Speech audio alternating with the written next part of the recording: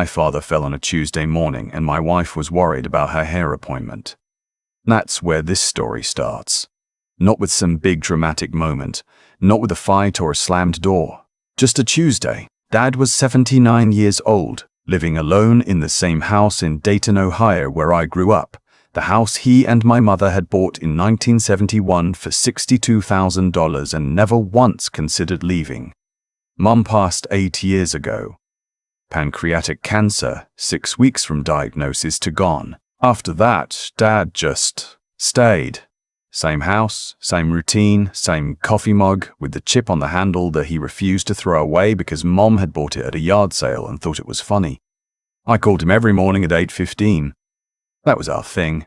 Had been for 3 years. That Tuesday he didn't pick up. And told myself it was fine. Maybe he was in the shower. Maybe he'd gone for a walk.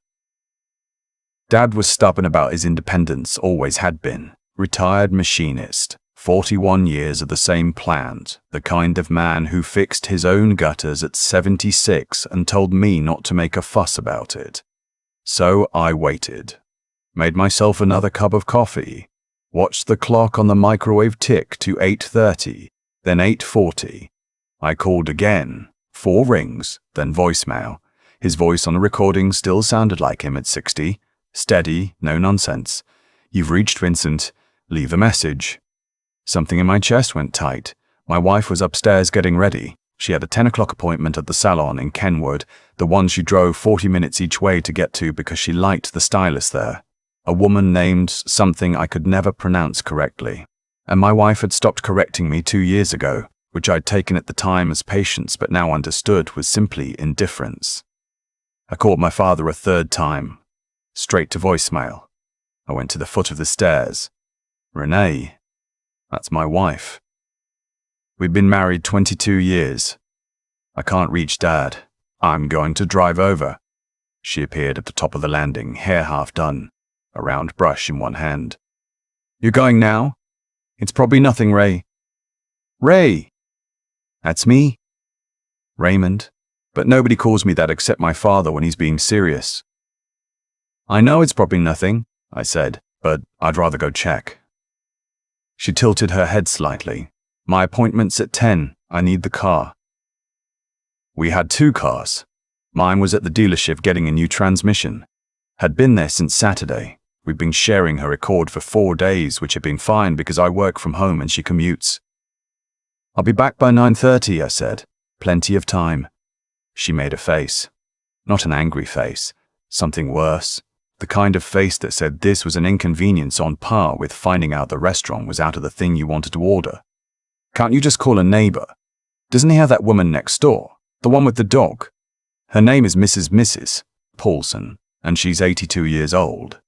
Well, can you call him again first? Maybe he was just in the bathroom. I had called 3 times. I didn't say that. I just looked at her. She sighed. Set the round brush down on the railing in a way that communicated sacrifice. Fine. Set the round brush down on the railing in a way that communicated sacrifice. But I needed back by 9:15 to leave enough time. 9:15. My father's house was 23 minutes away on a good day. That gave me roughly 12 minutes there. She wasn't saying don't go. She was just making the math impossible and leaving me to figure out what that meant. I said okay. I took the car. I found him on the kitchen floor. He'd gotten up early, apparently. Dad was always up by 6, made his coffee, and then his left knee had given out on him reaching for something in the cabinet above the refrigerator. He'd been down there for almost 2 hours. He wasn't unconscious, wasn't confused. He was just on the floor, back against the cabinet, holding his coffee mug, still had it somehow. And when I walked in through the back door, he looked up at me with this expression I'd never seen on his face before, something between embarrassment and relief. Took you long enough, he said. That was my dad. His knee was swollen, and he couldn't put weight on it. I got him up slowly, got him to the couch, and then had a decision to make. He didn't want an ambulance. I knew that without asking. Dad had a thing about ambulances. That's how they get you, he used to say, meaning the bills, which wasn't entirely wrong. A neighbor's kid had taken a 5-minute ambulance ride in the city and gotten charged $4,000. I'm taking you to get that looked at, I told him. It's just the knee. I know. We're still going. He didn't argue too hard, which told me it hurt more than he was letting on. I got him into the passenger seat of my wife's Accord, knees first, slow, the way you have to do it with someone who's hurting and proud about it. Then I pulled out my phone and called Renee. She picked up on the second ring, which meant she'd been waiting. He fell, I said. I need to take him to get his knee checked out. I'll be a while. A pause. Not a long one. How long was a while? I don't know. A few hours, maybe. Another pause. I don't know. A few hours, maybe. Ray, my appointment. I know. I'm sorry. Can you reschedule? I've had this appointment for 6 weeks. She books out 6 weeks. My father was sitting beside me in the passenger seat, looking straight ahead out the windshield. He could hear her. I could tell by the way he set his jaw. I know, I said again. I'm really sorry. This can't wait. Can't you take him and then come right back? I can take an Uber to the salon and you can pick me up. Renee. He fell. He's been on the floor for 2 hours. I'm not leaving him in an urgent care waiting room alone. Silence. Fine, she said, and she hung up. Not I hope he's okay. Not tell him I'm thinking of him. Just fine, and a click. I put the phone in the cup holder and drove. The urgent care on Field Turtle Road had a waiting room with orange plastic chairs bolted together in rows, and a television mounted in the corner playing one of those game shows where people spin a wheel and guess letters. The volume was on but barely audible, just enough to make the silence feel louder. I got Dad checked in, helped him into one of those chairs, and then I sat down next to him and we waited. He didn't say much. Dad wasn't a talker when he was in pain. He'd hold it close, turn inward. I'd seen him do it my whole life. A cut that needed stitches at a family 4th of July that he'd wrapped with a dish towel and said nothing about for 3 hours. A hernia surgery he postponed twice because he didn't want to bother anyone with the recovery. I got us both coffee from a machine near the reception desk. It came out lukewarm and tasted like it had been sitting in the line since the previous administration. I drank mine. Dad held his and looked at the television. She upset? He asked, after a while. It's fine, Dad. He looked at me then. He had these pale grey eyes, my father. My mother used to say they were the colour of Lake Erie in November, which was her way of saying beautiful without being sentimental about it. You don't have to cover for her, Raymond. I looked at the game show. A woman in a red blazer was clapping and jumping because she'd won something. The wheel was still spinning. She had an appointment, I said. That was all he said. Just that sound. The one that meant he understood more than I told him. They took him back about 40 minutes later. The X-ray showed no fracture. The knee had hyperextended in the fall, probably aggravated some old damage from years of standing on concrete at the plant. The doctor, a young woman who couldn't have been more than 32, was thorough and kind. She got him a brace, wrote a referral to an orthopedic specialist and told him to stay off it for at least 5 days. No stairs if he could help it. He lives alone, I told her. She looked at me. Then she looked at my father, then back at me, in that way medical professionals do when they're choosing their words carefully. He'll need some help for the next few days, someone checking in, at minimum. I nodded. Dad told her that wasn't necessary. She wrote the referral anyway. By the time I got him back to the house, settled on the couch with his knee elevated on 2 throw pillows and a bag of frozen peas I'd found in the back of his freezer behind a frost-covered container of what might have been soup, it was past 1 o'clock. I drove home with all the windows cracked because it was late April and the air smelled like it finally meant it. Renee was home. Her car was in the garage. She'd gotten a ride somewhere and back, or rescheduled, or something. I didn't know, and she didn't offer, and I didn't ask right away because I was tired, and I wanted to eat something first. She was in the kitchen when I came in, on her phone, leaning against the counter. She looked up, didn't say anything. I opened the refrigerator, made myself a sandwich, stood at the counter and ate half of it before she finished whatever she was typing. How is he? She finally asked. Knee hyperextension. No break. He needs to stay off it. Good. That's good. She said it the way you say it when the answer relieves you of further responsibility. I set down my sandwich. I'm going to check on him every day this week. Morning. I might need the car. Something shifted in her expression. Not anger, more like recalculation. Every day. He lives alone. He can't do stairs for 5 days. He needs groceries. He needs... Ray, I need the car to get to work. I know. We'll figure it out. Maybe I go early before you leave. Or maybe we look at renting something for the week. Renting costs money. Renting costs less than my dad falling again. She looked at me for a moment. Something moved across her face and I couldn't read it. Then she picked up her phone again. I'm sure he'll be fine. He's a tough guy. I went back to my sandwich. That week I drove to my father's house every morning by 7. I picked up his groceries. He gave me a handwritten list, same looping print he'd always had. The G's and S's big and slightly slanted. I brought him lunch from the deli 2 blocks from his house that he'd been going to for 30 years, where the woman behind the counter knew his order and asked about me like I was still a kid. I helped him navigate the first-floor bathroom situation. I brought over a folding table so he could eat in the living room without having to manage the kitchen. Renee didn't ask about him, not on Wednesday, not on Thursday, not on Friday. On Saturday morning, I was in the kitchen early, making a thermos of coffee to take over when she came downstairs. Are you going again? She said. Yes. It's Saturday. I know. She sat down at the kitchen table. She was in her robe, hair down, and she looked tired. Not physically tired. Something else. I feel like I never see you. I looked at her. I thought about a number of things I could say. My father is 79 years old and he's been alone all week with a bad knee, I said instead. I don't know what else you'd like me to do. I'd like you to remember that you also have a wife. I remember every day. She looked at her coffee. I screwed the lid onto the thermos and picked up my keys. I'll be back by noon, I said. We can do something this afternoon. She didn't respond. I went.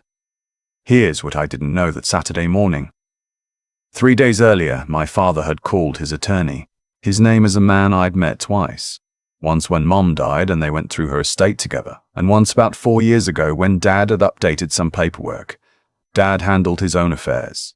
He'd always been clear about that. He didn't discuss finances with me in detail, not because he was secretive, but because he believed a man's business was his own until he decided otherwise. His house in Dayton, the one he'd bought for $62,000 in 1971, was now worth somewhere around $310,000 according to the last Zillow estimate he'd mentioned, laughing a little, shaking his head at the number. He had some savings, a pension from the plant, Social Security.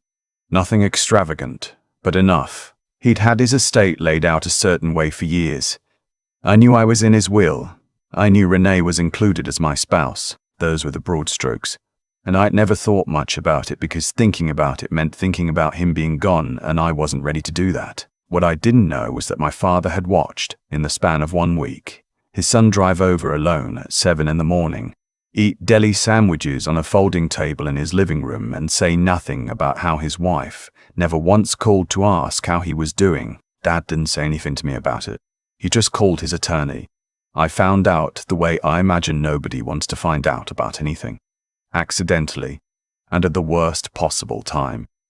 It was a Sunday, about 2.5 weeks after the fall. Dad's knee was better. He was moving around with a cane. The orthopedist had seen him and given a reasonable prognosis. Things were evening out. I was starting to feel like maybe we'd made it through. I'd gone with Renee to her sister's house for a late lunch, which was the kind of thing I did to show willing, to demonstrate that I was still present in our life together. Her sister lived in Blue Ash, had a nice house, made a good brisket. Her husband and I talked about the Reds. It was a decent afternoon. On the drive home, Renee's phone rang through the car speakers. She answered it. Hands-free, both of us right there. The voice on the other end introduced himself as my father's attorney's paralegal, and said he was calling to let my wife know that there had been a recent update to Mr. Vincent's estate planning documents, and that her designation had been modified. He asked if she had any questions or wanted to schedule a time to speak with the attorney. She said she'd call back. She ended the call. We drove for about 45 seconds in complete silence. The kind of silence that has texture. I kept my eyes on the road. I could feel her beside me in the passenger seat, very still, in the way a person is still when they're trying to decide what to do next. "Did you know about this?" she said. "No." "He changed his will."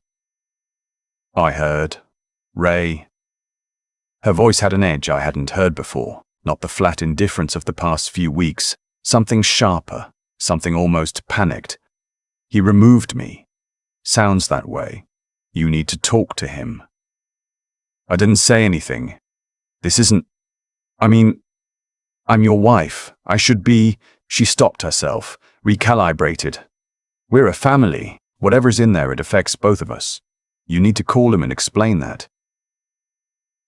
I took the exit for our neighborhood. The streetlights were just starting to come on. April had turned into May, and the trees along the road were that particular shade of green you only get for about 2 weeks before it darkens into summer. "She needs a ride," I said.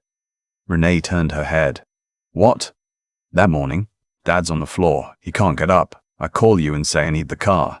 You say, 'Can't you just call a neighbor? Can't you come back so I can still make my appointment?' Fine." I pulled into our driveway and put it in park. "That's what you said?" "Fine." "And you hung up." I was upset about the "I know." The appointment, 6 weeks out, I know. I turned off the engine. "He heard you, Renee. He was sitting right there in the passenger seat." She was quiet. "He's a proud man," I said. "He asked me if you were upset, and I told him it was fine. I covered for you. But he's not stupid, and he's been married before, and he knows what fine means when a woman says it like that. So what, he punishes me through his will? That's petty. He's 79 years old, and he fell on his kitchen floor and lay there for 2 hours, and his daughter-in-law's first concern was her hair appointment." I said it quietly. I wasn't angry exactly. I was something past angry. I'm not saying that to be cruel. I'm just saying that's what happened, and he drew his own conclusions. She didn't respond for a long moment. The neighbor's sprinkler came on across the street. We both listened to it, absurdly. "Are you going to fix it?" she finally said. "Talk to him, ask him to..." "No." She turned to look at me then. "Fully, no. It's his estate, his decision. I'm not going to call my 79-year-old father and ask him to reconsider his will because my wife is upset about being left out of money she never earned." The word money sat there between us. She got out of the car, went inside. Didn't slam the door, which almost would have been easier, just closed it with the quiet precision of someone who'd made a decision. I sat in the driveway for a while. I thought about a lot of things. I thought about the morning she'd said fine and hung up. I thought about 22 years. The good parts. And there were good parts. There had been real ones, early ones I still thought about sometimes without bitterness. I thought about a man on a kitchen floor holding a chipped coffee mug because he missed his wife and was too stubborn to say so. I thought about who I wanted to be for the next 22 years. Or however many there were. Renee and I talked, really talked, for the first time in a long time that night. It wasn't a fight. It was quieter than that, and worse in some ways, and maybe necessary.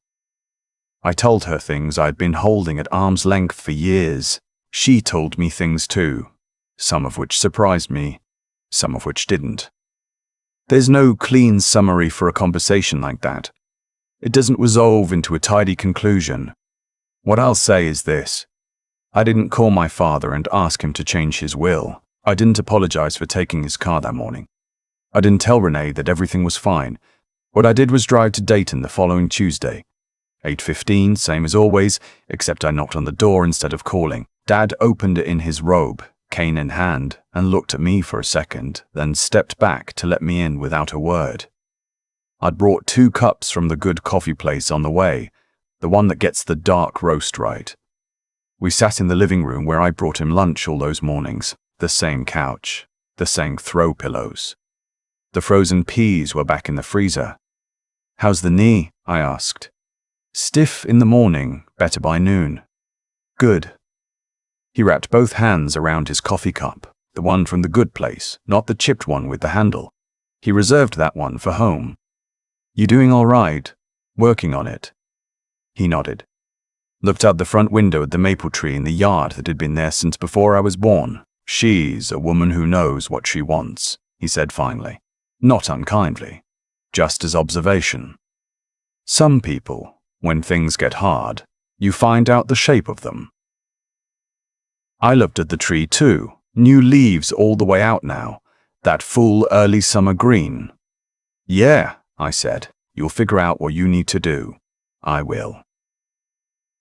He reached over and patted my knee once, the way he used to when I was small and had skinned something and was trying not to cry about it. Then he picked up his coffee, and we sat there for a while without talking, which with my father has always been its own kind of language. The maple tree moved in the breeze.